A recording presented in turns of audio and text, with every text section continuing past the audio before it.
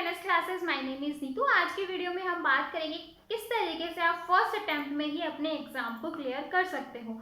तो ऐसा क्या करें कि हम पहली बार में ही एग्जाम को क्लियर कर दें, क्योंकि आप सबको पता है आजकल वैकेंसियों का कुछ नहीं पता, 2 साल में आ रही है, 3 साल में आ रही है, 4 साल में आ रही है।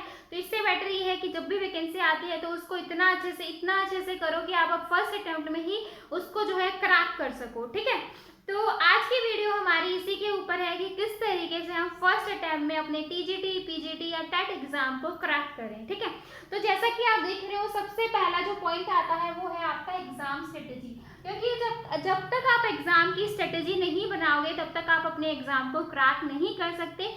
क्यों नहीं क्रैक कर सकते? एक तो आपको लगा कि हाँ डीएसएसबी की वैकेंसी आ गई है और मैंने पढ़ना स्टार्ट कर दिया। अगर आप ऐसे ही पढ़ना स्टार्ट कर दोगे तो एग्जाम जो है वो कभी क्रैक नहीं होगा, क्योंकि आजकल कंपटीशन इतना ज़्यादा है। आपको अपने एग्जाम को क्रैक करने के लिए पहले पेपर को एनालाइज करना पड़ेगा कि लास्ट ईयर क्या था, आपका सिलेबस क्या है और आपको किस सब्जेक्ट में से ज़्यादा क्वेश्चन मार्क्स आता है, किस सब्जेक्ट में से कम का आता है। मैं पहले किस सब्जेक्ट पे ज़्यादा फोकस करूं ताकि जो है मेरा एग्जाम में ओवरऑल स्कोर जो है वो काफ़ी अच्छा हो सके। तो यही जो होती है आपके एग्जाम की स्ट्रेटेजी होती है, और अगर आप इसको नेग्लेक्ट कर दोगे तो जो है आप अपने एग्जाम को क्रैक नहीं कर पाओगे। ठीक है, तो आज मैं एग्जाम की स्ट्रेटेजी बताने वाली हूँ आपको। केवीएस एग्जाम की, डीएसएसबी की, एचएसएससी, पीजीटी एग्जाम की, एस्टेट की, बिहार एस्टेट, एनवीएस, एपीएस और टेट एग्जाम। क्योंकि ये सारे जो एग्जाम होते हैं ये टीजीटी पीजीटी के एग्जाम है और एक दूसरे से जो है वो रिलेटेड होते हैं। ऐसा नहीं है कि सिलेबस भी जो है इन सबका सेम रहता है, किसी का भी डिफरेंट नहीं होता है। तो अब आप ऐसा क्या करो कि आप फर्स्ट अटेम्प्ट में ही अपने एग्जाम को क्रैक कर सको। ऐसा क्या कर सकते हैं कि फर्स्ट अटेम्प्ट में ही एग्जाम को हम क्रैक कर सकें। ठीक है, तो उसके लिए आप सबको पता है कि ये जो एग्जाम है ये टीजीटी पीजीटी के एग्जाम है। किसके एग्जाम है? टीजीटी पीजीटी के। टीजीटी पीजीटी के एग्जाम वो होते हैं, टीजीटी वाले वो होते हैं जो आप 6 to 8 तक पढ़ाते हो और पीजीटी वाला वो होता है जो 8 to 12 पढ़ाता है। ठीक है, अब आपको ये देखने वाली बात है, जैसे हमारा सब्जेक्ट जो है वो क्या है? Computer science. हमारा सब्जेक्ट क्या है? Computer science. अब मेरा सब्जेक्ट जो है वो कंप्यूटर साइंस है, तो अब आप क्या करोगे?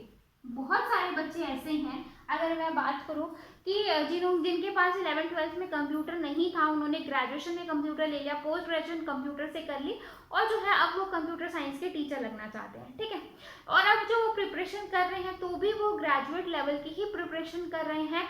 जो उनका स्कूलिंग लेवल है वो तो उन्होंने कभी देखा ही नहीं, क्योंकि उन्होंने तो कभी क्लास के टाइम पे जब स्कूलिंग हुई तब तो उन्होंने कभी कंप्यूटर पढ़ा ही नहीं।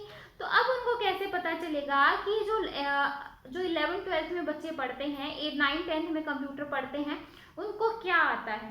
क्योंकि जब तक आप वो नहीं करोगे तब तक आप कैसे एग्जाम को क्रैक कर पाओगे। तो बहुत सारी, यानी कि मैं कहूँ कि 80 to 90% बच्चे ऐसे हैं जो ये मिस्टेक कर देते हैं।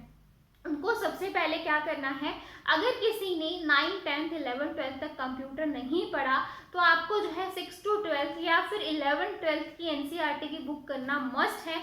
अगर आप वो नहीं करोगे तो आप एग्जाम में लैक करोगे ही करोगे। एग्जाम को क्रैक करना बहुत ही मुश्किल होगा। ठीक है, बहुत कम होते हैं जिनका बेस क्लियर होता है, जिस वजह से वो एग्जाम को क्रैक कर पाते हैं। ठीक है, लेकिन 80 to 90% ऐसे होते हैं जिनका बेस अच्छे से क्लियर नहीं होता, उनको नहीं पता होता और वो इसी चाहे वो कितनी भी मेहनत कर ले फिर भी एग्जाम जो है 1-2 मार्क्स से रह ही जाते हैं। ठीक है, मेरा ये पॉइंट है, इसको बिल्कुल अच्छे से समझना, क्योंकि पूरी वीडियो बहुत स्टार्टिंग से लास्ट तक देखना, क्योंकि ये वीडियो जो है वो सबके लिए यूजफुल है जो टीजीटी पीजीटी या टेट एग्जाम की प्रिपरेशन कर रहे हैं। ठीक है, अब हम आ जाते हैं हमारे क्लास टाइम पे।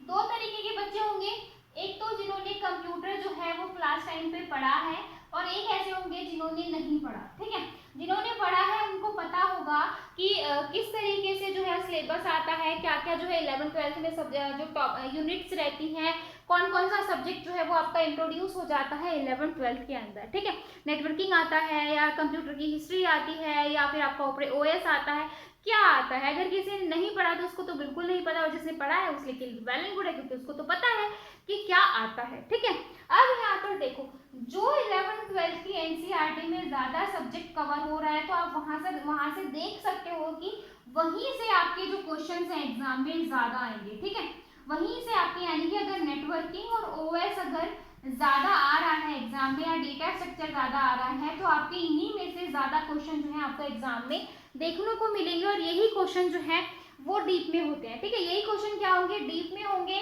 मतलब ये है कि बेसिक्स होगा, अगर आपने थोड़ा सा लेवल हाई पढ़ा हुआ है, बेसिक्स नहीं किया, तो वहीं जो है आपकी गाड़ी जो है वो लुढ़क सकती है। ठीक है, तो मेरा मेन मोटिव आपका यहाँ पे समझाने का ये है कि अगर आप टीजीटी, पीजीटी या टेट एग्जाम की प्रिपरेशन कर रहे हो, तो उससे पहले जो है आप जिन बच्चों को पढ़ाना चाहते हो, अगर आप 11th 12th या 8th 9th 11th 12th के बच्चों को पढ़ाना चाहते हो, तो उन बच्चों को पढ़ाने के लिए आपको भी तो पता होना चाहिए कि उन बच्चों को आप पढ़ा रहे हो तो उनका सिलेबस क्या है। भाई अगर आपको नहीं पता कि सिलेबस में क्या आता है, तो आप किस तरीके से उनको टीच कर सकते हो, बिल्कुल भी नहीं टीच कर सकते। ठीक है, तो यहाँ पर मैंने कहा कि क्लास में अगर जिसने पढ़ा है वो ठीक है, पढ़ा है, बहुत अच्छी बात है। जिसने नहीं पढ़ा तो उसको एक क्या काम करना है, उसको 11th 12th की एनसीईआरटी करनी है, अगर चाहे वो टीजीटी का स्टूडेंट हो, चाहे वो पीजीटी के लिए प्रिपरेशन कर रहा हो।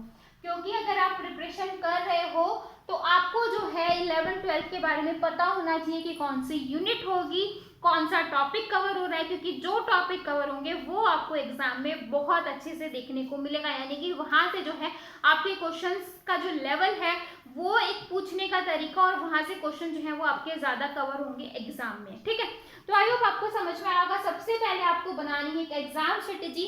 एग्जाम स्ट्रेटेजी बनाने के बाद चाहे आप इनमें से किसी भी एग्जाम की प्रिपरेशन कर रहे हो, मैंने यहाँ पर नंबर ऑफ एग्जाम लिखे हैं, यहाँ पे चाहे आप किसी भी एग्जाम की प्रिपरेशन कर रहे हो, सबसे पहले आपने एग्जाम की स्ट्रेटेजी बना ली। एग्जाम की स्ट्रेटेजी बनाने के बाद आपने प्रीवियस ईयर का आपने सिलेबस देख लिया। सिलेबस देखने के बाद आपने प्रीवियस ईयर का क्वेश्चन देखा।